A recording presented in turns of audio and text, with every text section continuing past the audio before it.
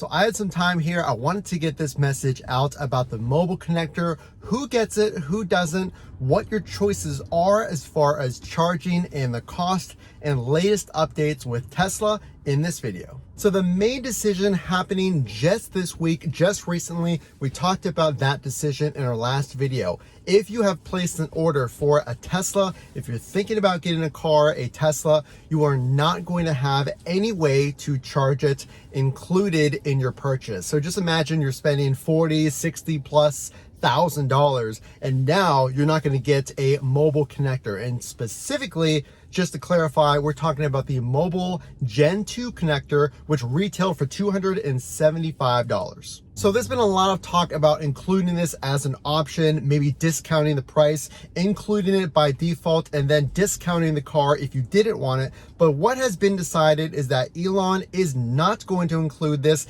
in your purchase price, but it will be discounted to $200. So instead of $275, you can now purchase it, but since we last checked, you can't because it's out of stock. So who gets it and who doesn't get it? We're about to go into that. But this is a big deal and a confusing decision because Elon's main choice to removing this was because of low usage. So Tesla saw that not a lot of owners were using the included mobile connector, but from I've seen on Twitter and time again from poll after poll after poll, majority of Tesla owners have used the mobile connector. I don't know why there's some discrepancy there, but let's get into what really matters, who gets it and who doesn't get it. Well, just recently we did hear from the Tesla field service team. I'll include a screenshot that any order after April 17th, 2022 will not have the mobile connector. So if you're wondering, there's been a lot of questions. Well, I placed my order in February or March or whatever it happens to be. Am I going to get a mobile connector? Well, if you placed your order, then if it's before April 17th, you will get the mobile connector. So what are your options? So let's go over two options that you can choose from. So number one, you don't need this adapter. You don't need a mobile connector if you buy Tesla's wall connector. How much is that? It is $500, and this will get you roughly 40 miles per hour in charge. But for myself, the option number two is to install what's called a NEMA outlet. So how much is a NEMA connector? How many miles do you get with the NEMA connector? So it really depends on what an electrician is going to charge you. I paid around $500. Now remember, the wall connector just on its own without installation from Tesla is $500. A NEMA outlet gets you around 35 or so miles per hour in charge. So with a mobile connector, the one that you're no longer getting, you also need a NEMA adapter. So typically with a NEMA outlet, you're going to need an adapter. If you go the NEMA route, you're going to need an adapter called a 1450 adapter. Now with the wall connector, you don't need this adapter. And this was Elon's suggestion. He said, well, you can buy Tesla's wall connector and you're not going to need the mobile adapter, but you can kind of see how this rubs owners the wrong way. If you're thinking about getting a Tesla, you're spending all this money and now you're no longer getting the charging cable. So yes, there's a solution. You can get the wall connector. It's $500, but before you didn't have to spend or have that decision because you're getting it for free. So did you know another item, it's a crucial item to charge at any public charging station, is actually called a J adapter. So this is currently $50 on the Tesla website, and this is another hotly debated area. So is Tesla still going to give you a public adapter? Well, I haven't seen any news otherwise. This also came with your car. So think about, you're getting your Tesla. Now you cannot charge it at home because you don't have the mobile connector.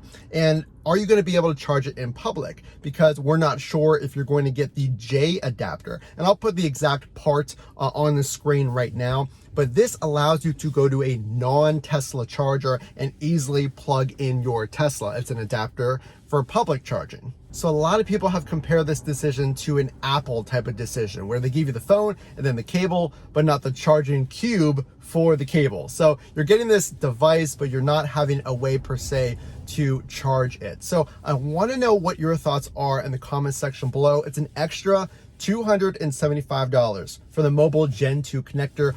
Are you still interested in a Tesla? We have seen the demand still sky high, so I really don't know if this is going to be a negative for Tesla per se on the orders. So I don't know if Tesla is going to lose a ton of orders because of this extra cost. That's exactly why I want to know from you down in the comment section below. What are your thoughts on this? So if you're wondering, do I really need this mobile connector? Is it worth $275? Am I even going to use it? I've heard some people say they haven't taken it out of their trunk ever. Well, I'll show you some polls right now. And there's been thousands of respondents saying to the question, do you use your mobile connector? And the large majority, at least in these examples, have said yes. And what that means is most Tesla owners charge at home, and they do so with this connector. So lastly, I just want to say this. It's really easy to pile on to Tesla on this decision. Maybe it's because of a supply chain issue and they can't get the parts anymore, so they're no longer able to guarantee that you're going to have one with your delivery. Well, a lot of companies make a lot of decisions and we're all not going to agree with them. Tesla still provides, I have my Model 3, I've driven around 13,000 miles in this car and I absolutely love it. If I had to tack on an extra $275, I'd probably do it all over again, even with that cost. And only you know your budget. Now, obviously, I would rather not pay that amount of money, but I'm telling you, the experience in this car, the low maintenance, the savings on gas, which is around $150 to $200 a month. I think if you're going to have this car long term, you have to think about it as, well, yes, it's a very high upfront cost to own vehicle, but over the long run, you get a lot of enjoyment and savings out of a Tesla. What I do know is we're going to keep you up to date. There is an earnings call very recently. By the time we produce this video, it actually might be over, so we'll go over some of the key points there. Remember, if you are considering a Tesla, check out the Amazon storefront down below for the best accessories that I personally have used over 10,000 miles of driving my car. So the only way I know you'll like this content is to drop a like and consider subscribing for those updates. Again, this is Matt from Frunk to Trunk. We will see you in the next video.